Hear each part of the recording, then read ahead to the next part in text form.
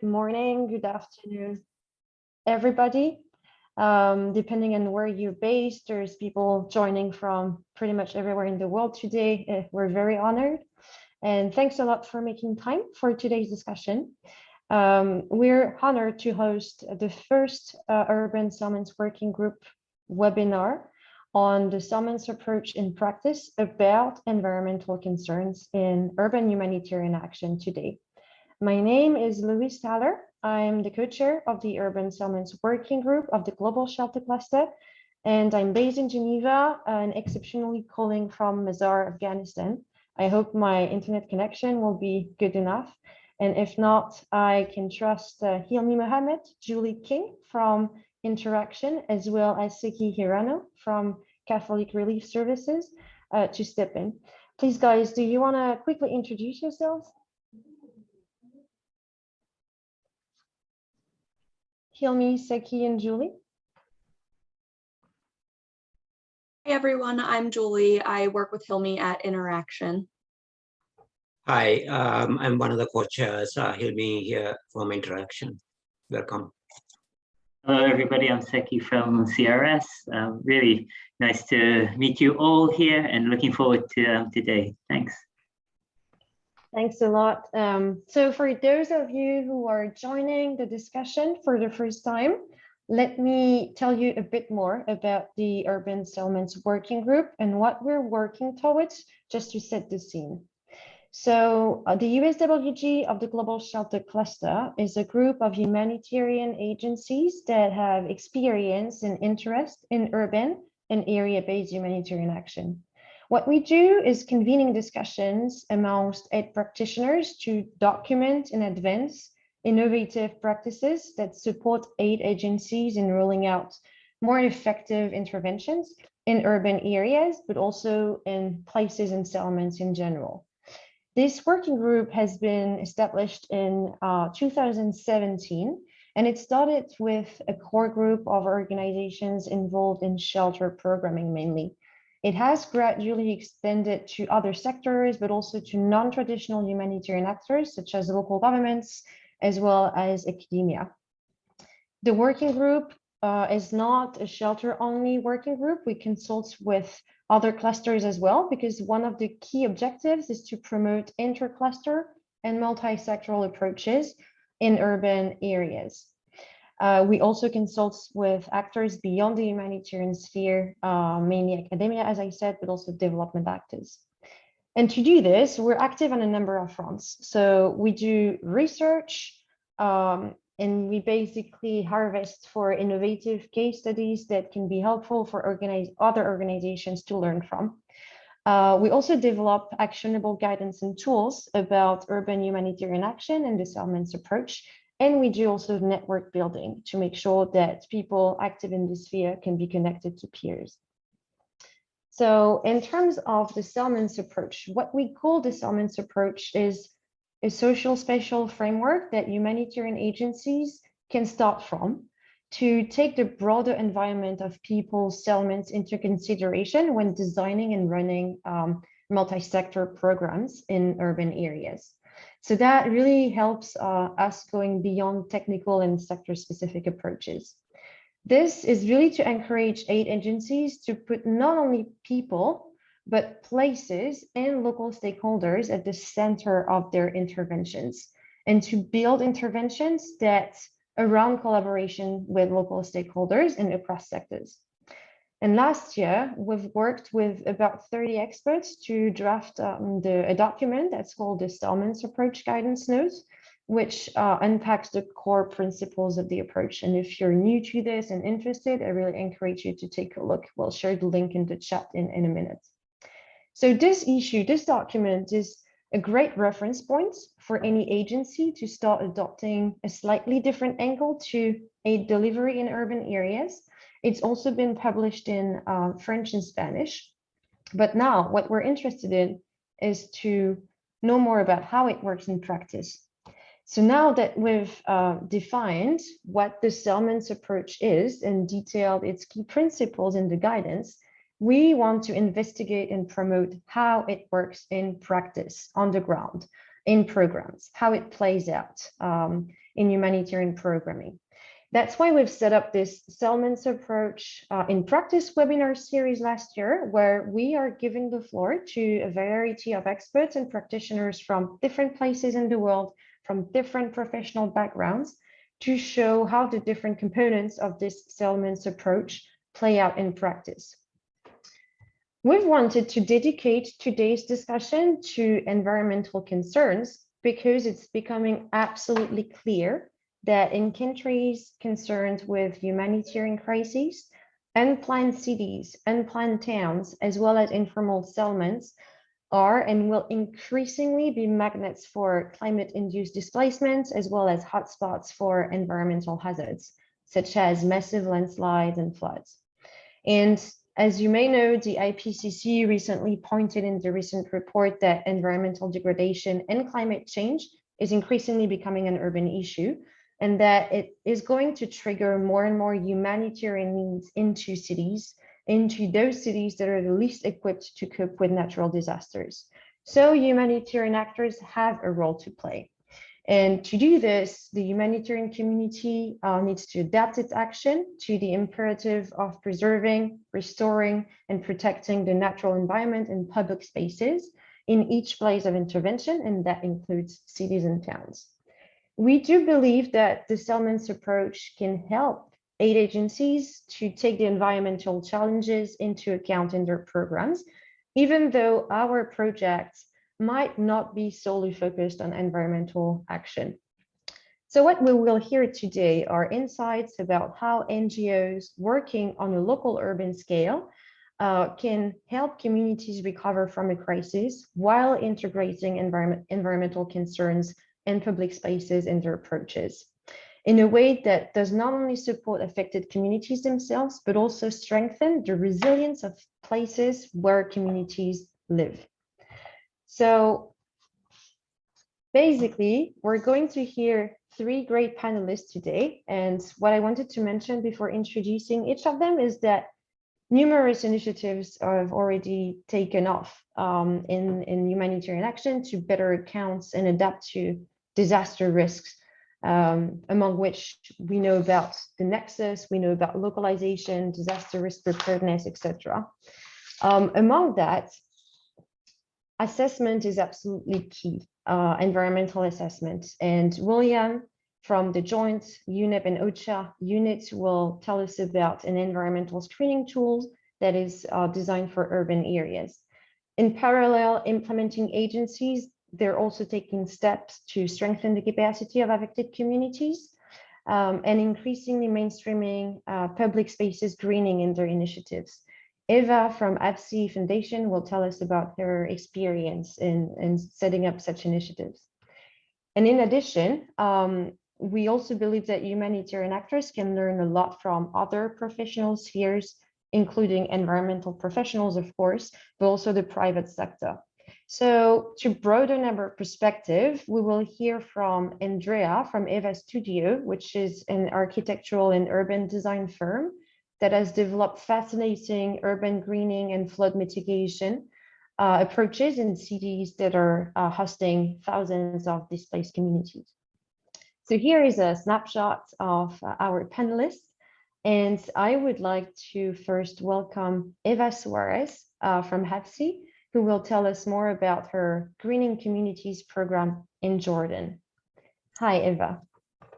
Thanks, Luis. Good afternoon, everyone. I'm just gonna share my screen. Just let me know if everybody can. Very good, I can see it. Perfect.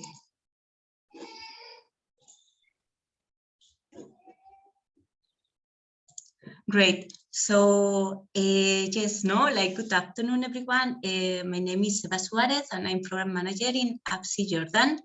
And through this presentation, I want to reflect together on the importance of public spaces.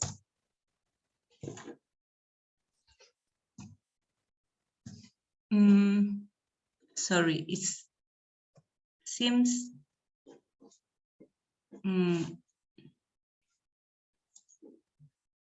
Okay.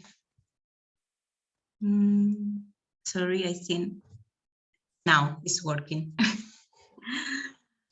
Yes, just quickly a quick overview about us. No, APSI is an Italian NGO, and we've been working in Jordan since 2001. We have a holistic community development approach that is multi-sectoral, multi-stakeholders, and also based in a territory. And currently, our main sectors of interventions are green infrastructure, urban planning, livelihoods, protection, and cultural heritage here in Jordan. Also, I'm going to flash this slide also with some data about the project. Our donor is GIZ, and we've been working together in this project since March 2018, and hopefully we'll keep working also like after July 2022.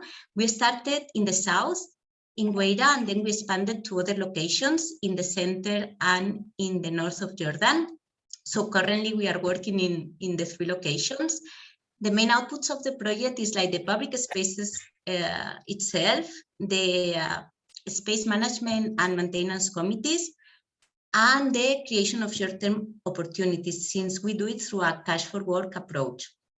And the activities like we do the participatory design, the rehabilitation works, community events and focus groups to involve the community, and also the management of the workers, through the cash for work approach, and also offering labor market services. I also would like to address these questions today, like how the rehabilitation of public spaces can widely and positively affect the local community, how we can foster employment and employability, promoting also social cohesion, and contributing to women empowerment, addressing protection issues.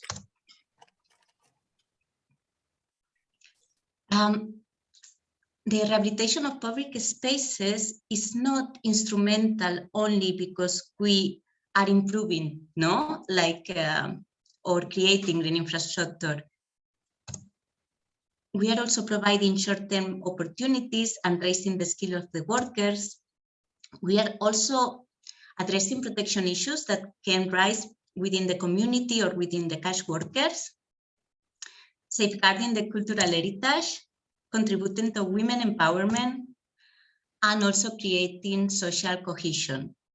All of that through a participatory process and also from an environmental perspective. So now let's take one bubble at a time. Participation becomes like a prerequisite, to make this intervention sustainable.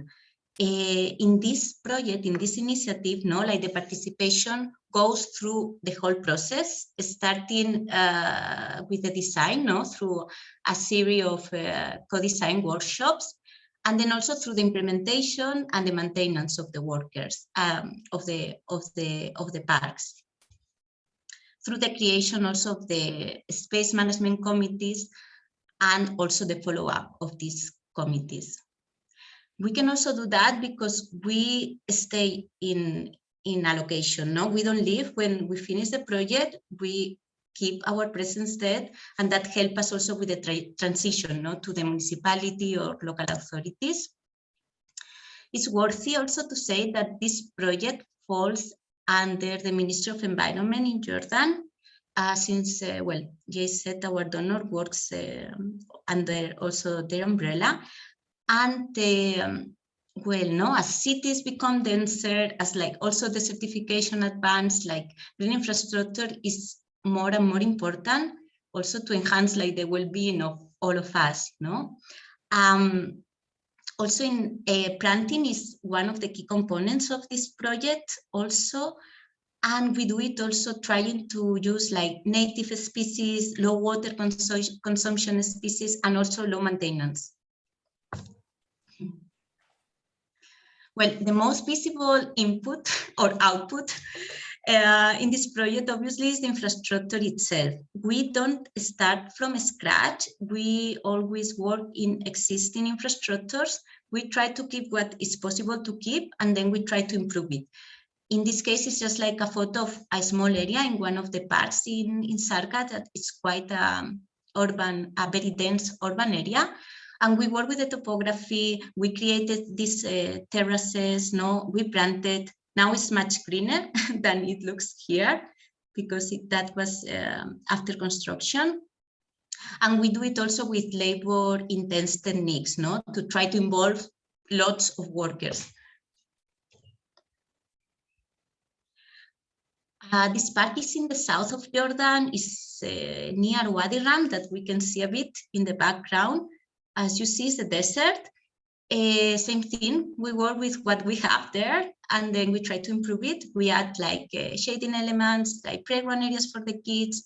Also, we involve women in all like the artworks, no, like mosaics and mural painting.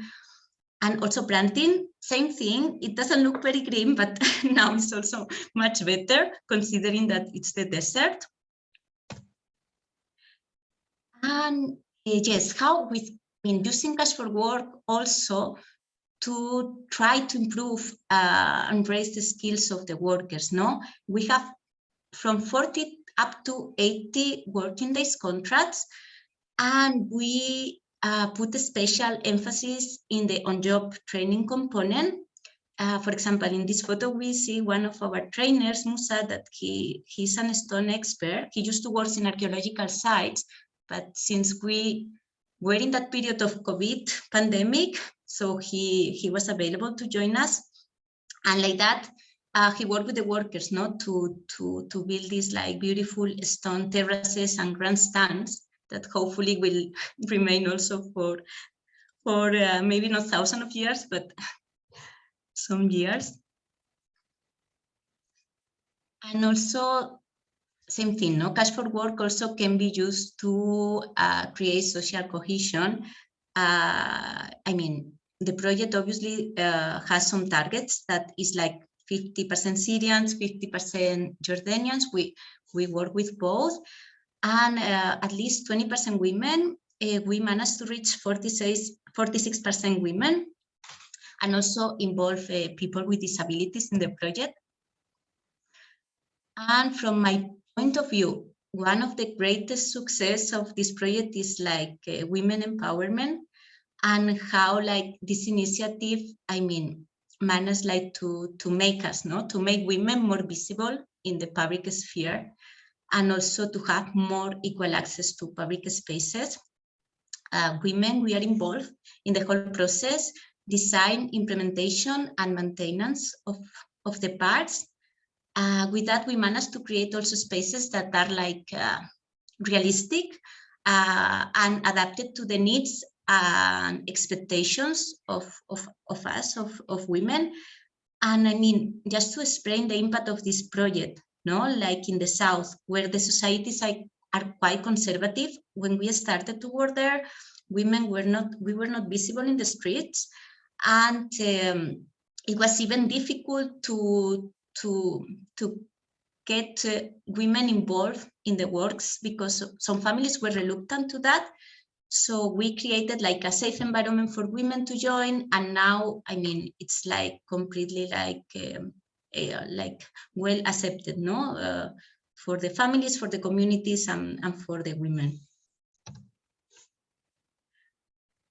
And also to think that, I mean, cash for work can go also beyond the traditional sectors, no? Like we used to use cash for work for agriculture or infrastructures, but we've been working in cultural, in archaeological sites through cash for work. And in this case, no, in these public spaces projects, we promote the training of the workers in traditional techniques. In this case, for women, it's like the mosaic techniques, no, to decorate like the walls in the park, and also like for men, for example, like the dry stone construction, no, or stone construction that is also like a traditional technique here in Jordan. And last but not least, like how can we also address protection issues, no, within the cash workers, but also within the community? In this case, no, also we know this photo that we have this little gang of kids. In this part, we faced some vandalism problems before we started the works. So then we realized that it was just like a little gang of little kids from the area. So our protection team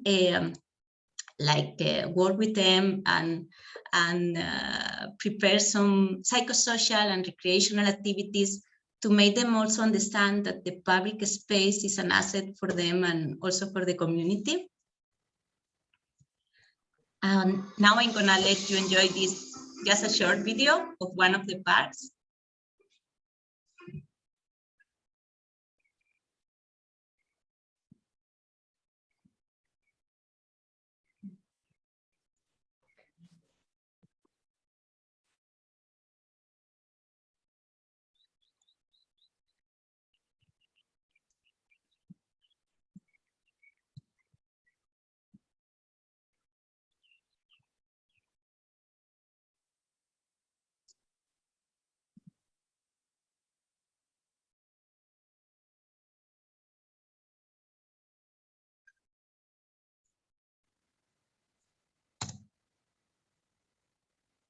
Well, thanks a lot. Also, obviously, we tend to present all the nice things and success of the project. There's also challenges, like maintenance is always a challenge. Municipal ownership is also a challenge. So, obviously, we need to keep working on that, and we have to keep our presence, in all locations. And also I want to thank my colleagues from GIZ, Dina and Emily, that I just saw that they also joined today webinars. We've been working together since the beginning, and also they've been very supportive. And please feel free to reach out to me if you want to know more about the methodology or our projects. Thank you.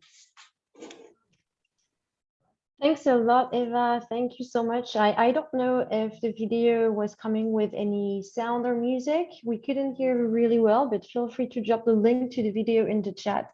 We can also circulate it to the bigger group afterwards. And thanks a lot for sharing your experience. It's great to see how you have been using public space as a catalyzer for inclusive community recovery, but also raising communities' awareness about the interest for valuing the urban environment, which is quite a good introduction to the topic Andrea will elaborate on. So Andrea, founder of Eva Studio, is joining us from the Dominican Republic to tell us more broadly about Eva Studio's urban architecture programs in various places of the world. So let me just invite him to take the floor. Hello, good morning. Good morning, everyone. I'm gonna share my screen.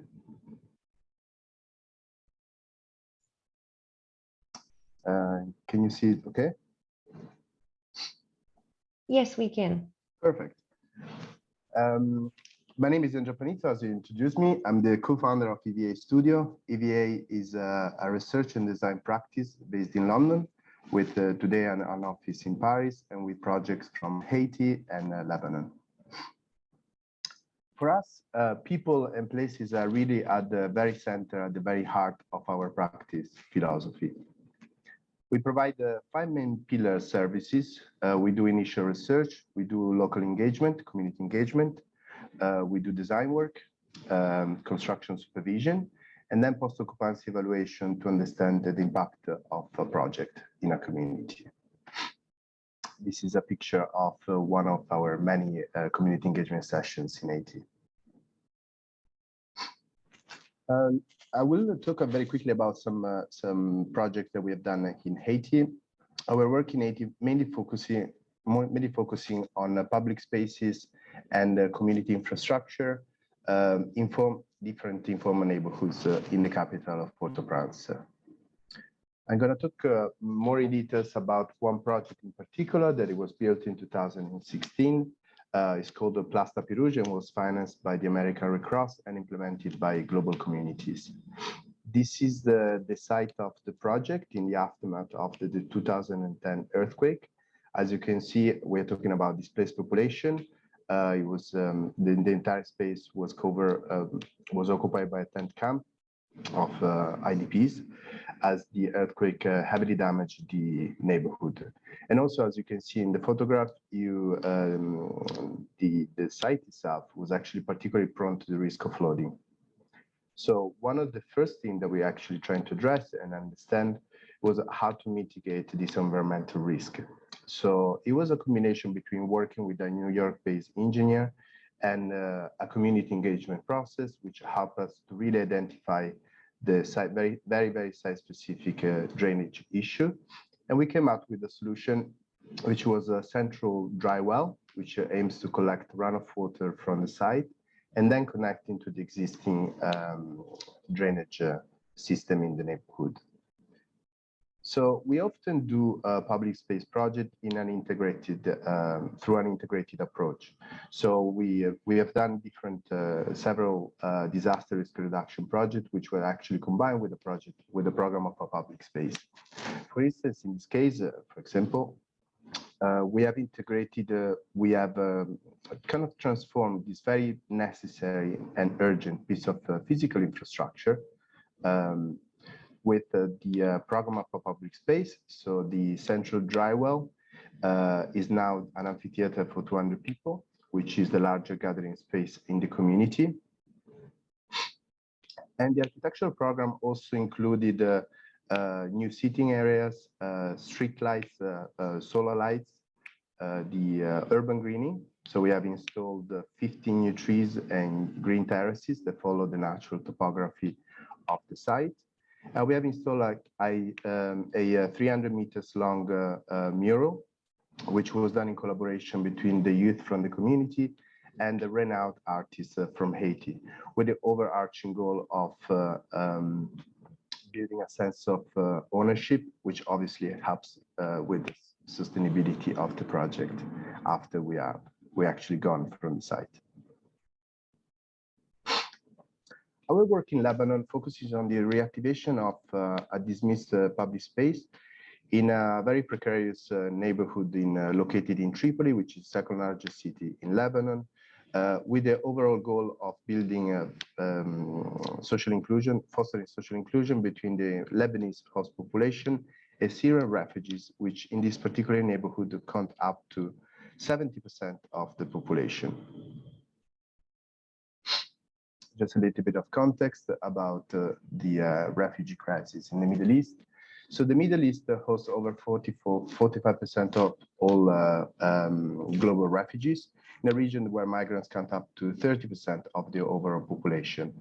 The numbers are particularly interesting in the tiny country of Lebanon, with an overall population of 4 million, and nearly 1 million people are refugees. So we're talking about 1 in 4 in Lebanon is actually a refugee.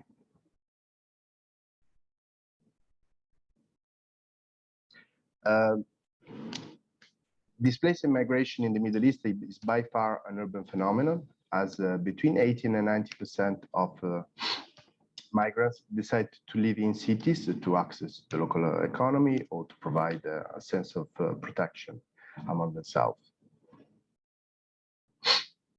The project is a pilot project and is located in Tripoli, northern Lebanon, in a neighborhood called the Kobe, which is one of the poorest in the country. And is located 5 minutes walking from Syria Street, which is one of the many famous sectarian divides that separates an Alawite from a Sunni community, where until 2014, they recorded violent clashes. And this is a picture actually took in 2017 of the crumbled facade surrounding not only that street in particular, but also the public space around the nearby neighborhoods. So these clashes, somebody called the spillover of the Syrian war onto Lebanese territory, alongside with the influx of Syrian refugees, created a lot of tensions. And right after, between 2015 and 2016, public space lie abandoned. The Kobe neighborhood is prone to various risks. Environmental first, there is a continued flooding every day during the rainy season. there is evident structural problems on the crumbled facades around facing the public space. There is poor lighting, which in turn results into a very low perception of safety, especially for women. There is insufficient or sometimes absolutely non-existing access to trash collection, especially in the public space located on the public stairs. And the poor condition is very poor. So to understand more in depth and in details the local needs and the local priority, and as well the overall context, we run some community engagement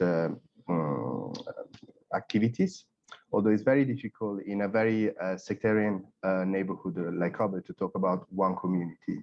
So one of the first things that we did, we separated the community into groups with the idea in mind of giving voices to more marginalized groups, for instance, like Syrian women, and to really address and understand and address the needs and the priorities of all the groups in the community. So we have run focus group sessions with Syrian women, Syrian men, Lebanese women, and Lebanese men. One of the first things that we do way before lifting the pencil from the drawing table, as I used to say, is to walk around the community with community members, which really help us to understand the very site-specific issues. For instance, this neighborhood was particularly prone to environmental risk. So the community, as we call them, the experts from the community, really pointed it out exactly where the issues were. And we map all the findings into a site inventory. We run children's workshop, not only because we think the best ideas come from children, but also to build a sense of ownership. It's almost, as Eva was saying, like it's an educational process, part of an educational process. We engage with the local community, which was actually very present throughout the project. This is a visit from the mayor of Tripoli. And one of the first things that we did in our initial research was looking into what was available or what materials, construction materials, was locally manufactured. As we need to keep in mind, over 90% of the building materials in Lebanon is actually imported. So we find these beautiful techniques that is actually well developed all across the Mediterranean area, but particularly in Lebanon, which is called encaustic cement tiles, which is a cold press pigmented cement tiles that is normally used in the houses of well-off people. So the project is a pilot project. It was financed by UN Habitat and Bloc by Bloc Foundation and implemented by Solidarité Internationale. And it consisted of the rehabilitation of 800 square meters divided into different spaces. The first space, as you can see in the picture, is a small pocket space of about 150 square meters. It was particularly prone to flooding. So one of the first things that we addressed was to creating rain gardens, which were able to absorb the runoff water from the site. We have improved urban greening, as we have installed this picture. It was obviously after construction was completed, so we know that the trees grew since then. We have installed olive, orange, and lemon trees. And we really work together with the community, not only to choose the patterns and the colors of the tiles, but we also have invited a local artist who has engaged the family of a young girl that used to live in this building that died at a very young age at 11 years old. And the family asked for like a mural to remember her. And there was the impact in the community was actually quite well received. And it was, we also find out that there are people detouring to actually see this artwork. We have also installed built and installed concrete furniture, heavy enough not to be stolen, but light enough to actually be moved around, because we find out that the existing occupation of the space was actually varying from a smaller gathering of morning chit-chat among the women in the neighborhood to larger gathering, like for instance, wedding receptions. This is the second space, which is public stairs. So we have improved public lighting, solar lighting, to increase the perception of safety. We have installed 3 meters long worth of handrails to improve accessibility in the area. So lesson learned. Really, before starting any type of design activities, community engagement is the first thing that we do. We talk to the community to understand the local needs and the local priorities. And this is very important to inform the design and to provide culture appropriate and site-specific design solutions. Construction of quality is important, not just for us, not just for the maintenance, but it's also very important for people, the aesthetic settings as well. So choosing the right contractor is actually very important. And after, it's very important for us to understand that it's a public space, we call it, is the backbone of our cities. So it's reclaiming public space is an urgent need. A public space program now comes just alone, but it always can be integrated with disaster risk reduction, for instance, or protection, or improve safety, improve accessibility. So what comes next? We will, based on the post-occupancy evaluations, we understood that the project had a big impact in the community, a very positive impact. Now we understood that there is a need from the community to actually improve this public space. And we would like to scale up the project to the entire neighborhood. So here in orange and in pink, you can see our intervention. In orange, actually, the intervention in pink was actually done by Solidarité. And it was done prior our arrival. So they have been working in the area for years. And all you see in dark red, burgundy, is what we would like to improve public space wise, or public stair wise, actually. And the rehabilitation also includes the rehabilitation of the public market, the public souks. I think I'm running out of time, so if you want to have more information, here is my email, and thank you. Right on time, Andrea. Thank you so much. Thanks a lot.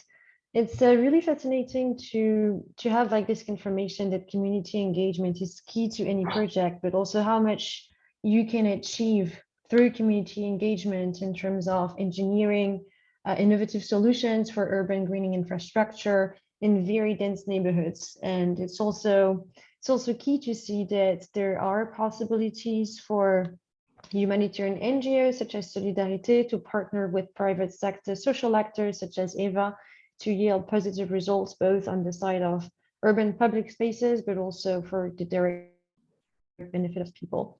So thanks a lot. I would encourage you to respond to questions right in the chat, because I'm not quite sure we're going to have time to go through all of these at the end.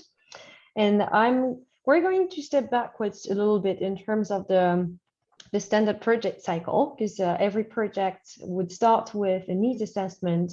And this isn't something we've covered yet, but I will invite Will from the joint UNEP OCHA environmental unit to tell us more about the Nexus assessments, the Nexus environmental assessment tool, which was designed as a global tool that can be used for any implementing partner to screen environmental needs, risks, and provide recommendations before any project starts. So Will, the floor is yours.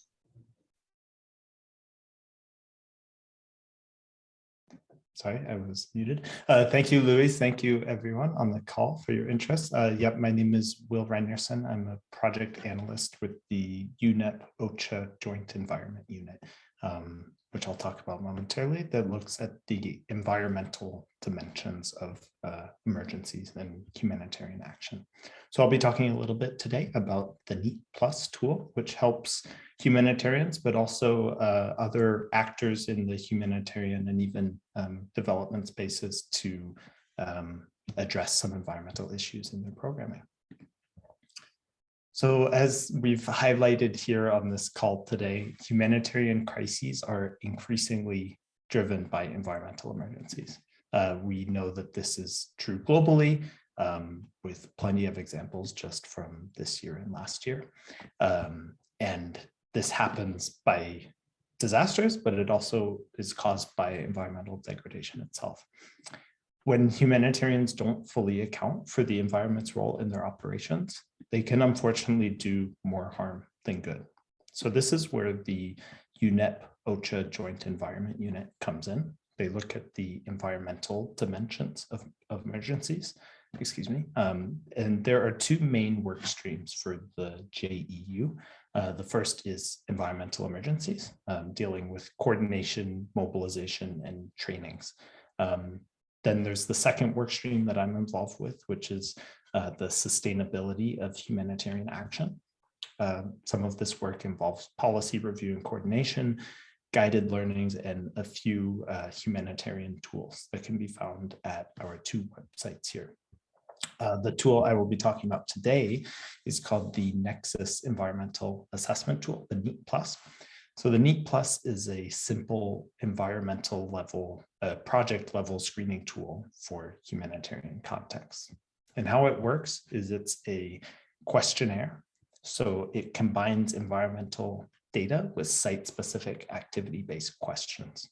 These questions are presented in a way that do not require environmental expertise, and they're worded to make sense within the project cycle and within the humanitarian sector. Once the questionnaire has been completed, the results of the tool, so it automatically analyzes and flags priority environmental risks. And these risks are standardized and comparable, which is one of the good benefits of the tool. For usage of the NEAT Plus tool, we envision it to be used after life-saving needs have been met, but hopefully before project implementation or before significant expansion of an existing project. So quickly, the NEAT Plus serves several purposes, which can be grouped into programmatic reasons, such as project screening, design, and proposal, or as the basis for a subsequent environmental impact assessment. They can also be for organizational purposes, for the creation of the baseline for broader mitigation plans, for audit purposes or fundraising, or they could be used for advocacy purposes, such as awareness building or communication. Just a quick slide on who has used the tool. So we have quite a few large and small humanitarian organizations using the tool worldwide. It is a worldwide tool. So a little bit about the tool. It was developed initially back in 2018, and it used Excel and Kobo Toolbox to deal with the questionnaire collection and the analysis of those answers. It was primarily built for rural settings. So we're now calling that older version the rural NEAT. And what we'll focus on today is the newer version, which is based on a custom cloud platform. So it's a website. And this was built last year, and we're building it right now. And this is primarily for urban areas, humanitarian operations in urban areas. Both tools excel in displacement settings, but they can definitely be used in other settings. Our goal for the NEAT Plus tool is to bring the content of the rural NEAT into the neatplus.org website that we have for the urban NEAT. And we're planning on having this done by the end of August. So just a little bit about how the tool is structured, and this is the same for both versions now. They're broken up into modules, and these modules are mostly thematic based. We start with the module in green on the left. This is called the Environmental Sensitivities module, and this can be thought of as a basic screening, an initial screening. And this module addresses quite a few humanitarian clusters and quite a few different types of projects that could be assessed with a NEAT Plus assessment. This is a required module, and completing this module is enough to produce these standardized results, the results being mitigation statements, also some opportunities to link with development actors, in addition to the environmental sensitivities, the risks that appear, which I'll show you soon. After this, users can choose to conduct one or many activity modules. These are all optional. For the rural need, we have a shelter module, a wash module, and a food security module. And for the urban need, we have those three. In addition, we have a livelihoods module and a health module. So 3 of those 5 are ready. The food security module will be ready in the coming week or so, and then the health module in about 2 months. So this is to show that the structure is relatively simple and standardized. However, on the back end, there's quite a bit going on with calculations and logic matrices and things that we don't need to worry about on this call. Once users conduct a NEAT Plus assessment, these results, the environmental sensitivity statements is what we call them. They're risks, basically. They're presented in a ranked order. So we have high concern on the left, medium concern in orange in the middle, and then lower concern to the right. So when I say environmental sensitivities, we take a holistic term definition of the term environment. So this includes natural environment. It also includes built environment, social environment, economic environment as well. So this is the structure of the rural need. However, we are in the urban settlements working group. So we can look at this. So this is a multi-sectoral tool, and it does allow for intersectoral analyses. However, we can look at the structure of the shelter module here for this call. So we have quite a few number of questions for both versions, the urban need being an expansion of the rural need. However, it should be noted that each of these sub-modules, these groupings of questions, are optional. So depending on your project, you can choose to do one, many, or even all of them. So for the urban NEAT, so this is at www.neatplus.org. Once users have finished a survey, they're presented with a dashboard here. So I'll let it loop through one more time. Here it's showing what those sensitivity statements look like. So here we have an overview of the project, the high, medium, and lower concern sensitivities. Then we can get more detail into sensitivity or into the shelter module here. We can then click on those statements where additional information is displayed, in addition to mitigations. So things that you and your organization can do to mitigate the risks, or opportunities which provide linkages with development actors.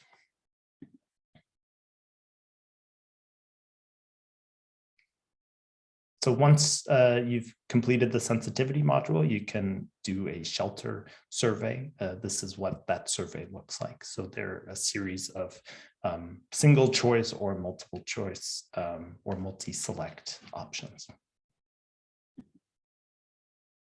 We can also, so yeah, this is the same screen that we can see additional information, the mitigations and opportunities. There's also opportunities to filter the results. This can be beneficial for specific reporting requirements or sharing of information, or just analyzing specific risks at any one time. So this is it for the tool. So it's it can be used in many different contexts. So we encourage you to be creative in its usage. For the development of the urban NEAT, so as I mentioned, it is in development. You are welcome and able to use the tool right now, with some planned changes coming in the next few months. If you're interested in trying out the tool and would also like to review it, you could go to this link here, the forums.office.com. This provides a short onboarding exercise to teach you how to use the tool. And once you complete an assessment, it would then show you a way to provide feedback for us. Also, if you have sectoral expertise, specifically shelter here, and you're willing to spend a little bit more time in an in-depth review, please contact me. We'll be launching this in-depth review process in the coming weeks. So I will end it there. Thank you very much for your attention, and I'm looking forward to any questions. Thanks. Thanks a lot, William. It's a great resource that you've developed and that you put out there. Environmental challenges can be quite overwhelming for humanitarian actors to consider. It's yet another priority for which the sector is not fully equipped to look at yet. And it's fantastic that we can start with a tool that isn't requiring any specific environmental expertise. And that also comes with a set of recommendations. I'm sure there's quite a few questions for you to look at in the chat. Feel free to drop some more in the coming few minutes. I'm also looking at the time. We've got 6 more minutes left. So if you don't mind, instead of the standard Q&A, which we won't have time to go through, sadly, I would like to invite each of our speakers to provide some short concluding remarks, maybe a few highlights or recommendations that you really want the audience of today to get away with, and then we'll have to say goodbye. So Eva, do you want to get back on and share a few final reflections? Hi, thanks, Luis. Maybe just very quickly, like the takeout of this project, or what I think it was like an unexpected success, or something that it was not the initial output. It's like the involvement of women in the whole phases, and how also that changed a bit or a lot, like the use of public spaces by women, because originally it's only like a kind of like ticking the box, of saying 20% women, but that, I mean, I think we need to use these projects and these initiatives to change things that are really difficult to change. We can create a safe environment. We can tailor activities to involve women in the project. So we need to do it. We, instead of just ticking the box of the 20%, try to go beyond that, and yes, that's my takeout, and also, as I mentioned, we have challenges. Also, people in the chat, they are asking about maintenance, how it works. I mean, you need a transition, so it's, if you can stay, that's if you have like this kind of territory approach, that you can stay there, keep working different projects, adding also these maintenance components even to other projects, that we can have cash forward or protection. So that could be also another thing to consider. Thank you. Thank you. Thanks, Eva. Yeah, a project can be game-changing indeed, if it's well thought through, and if you have a plan for transition and maintenance. Thanks a lot.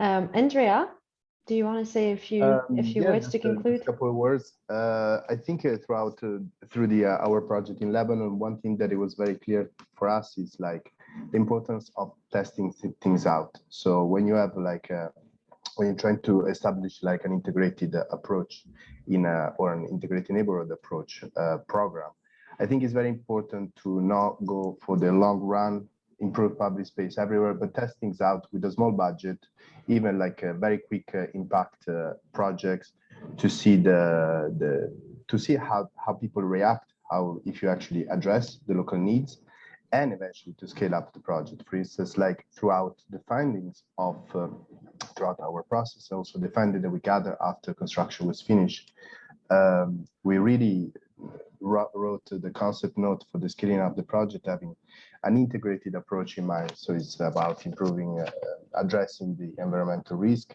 also providing lively opportunity. We start thinking, for instance, to have the cement tiles fabricated in the neighborhood, for such a big scale, you can actually do that. Improving safety, etc. So I think it is a good practice actually to move from one pilot project and actually trying to scale up the project.